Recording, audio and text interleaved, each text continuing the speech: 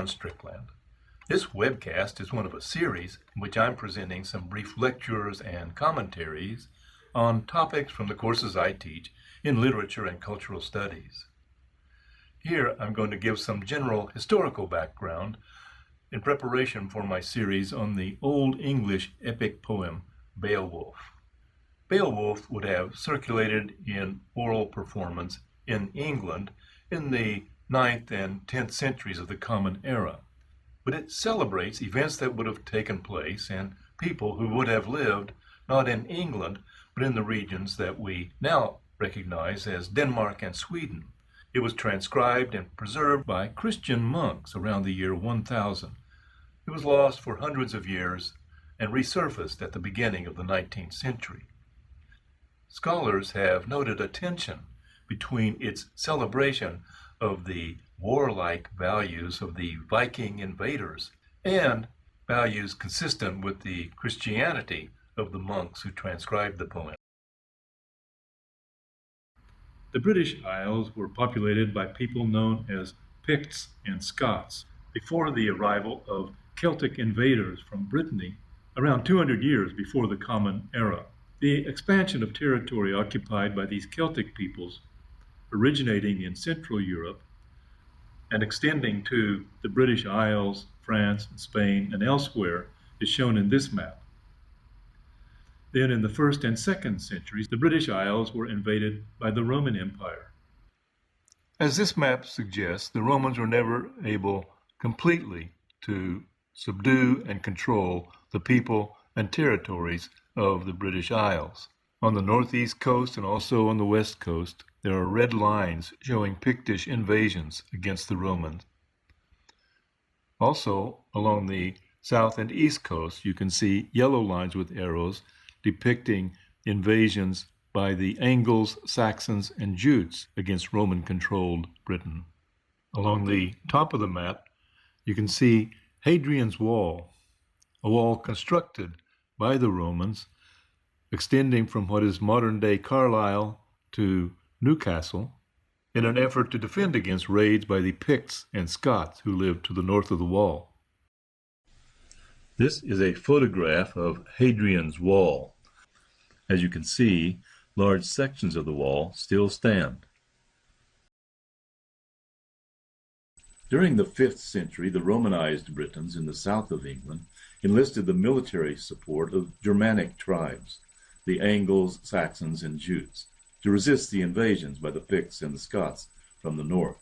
Eventually, the Anglo-Saxons began to establish their own settlements and small kingdoms on the island. After the 6th century, the island was divided, with the eastern part controlled by the Anglo-Saxons, the north and west controlled by the Celtic Britons, and with Picts and Scots in Scotland and Wales. Again, in the 9th century, the British Isles were invaded by Vikings from Sweden and Denmark.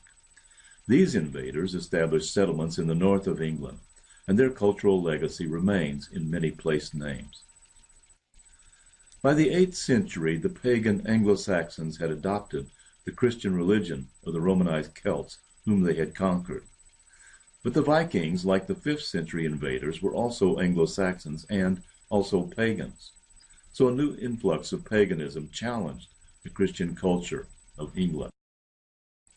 The two most substantial documentary records of the Anglo-Saxon culture in first millennium Britain are St. Bede's Ecclesiastical History of Britain and the anonymous poem Beowulf.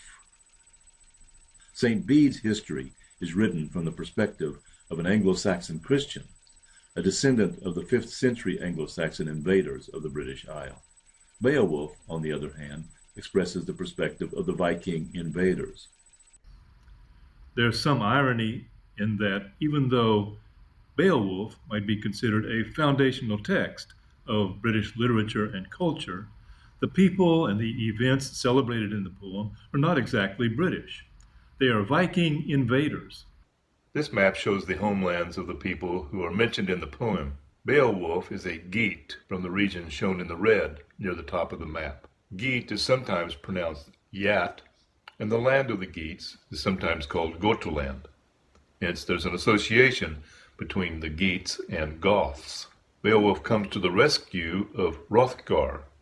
Hrothgar is a Dane, and his region is shown in purple in this map, the location of today's Denmark.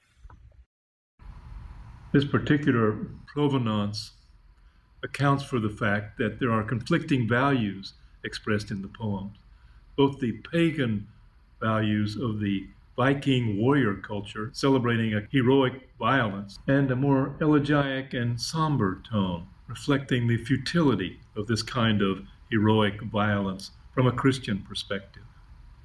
So if we set about to identify a distinctively originary Britishness, we wouldn't be able to find it. For me, the importance of presenting this trajectory to you is not to expect you to remember particular details of these conquests or linguistic shifts, but simply to emphasize that language and culture are not static or given. They're frameworks in which people articulate, mediate, negotiate, and transmit their values and their ways of living, their experience of being human in a particular place at a particular time. The conditions are always changing, always being negotiated, revised, and made new. On that note, I'll conclude this webcast. As always, if you have questions or comments, send me an email.